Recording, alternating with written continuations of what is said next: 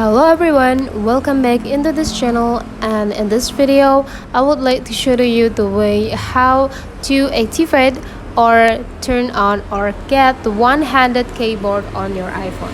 So the first thing you have to do is just go open your settings, and after that you just need to scrolling down until you find the general sections. In this general section, just need to go click it and scrolling down again until you find the keyboard. Whenever you found it, you just need to go click it. Now to activate the one-handed keyboard, you can see right here there will be two options, which are the text replacement and one-handed keyboard.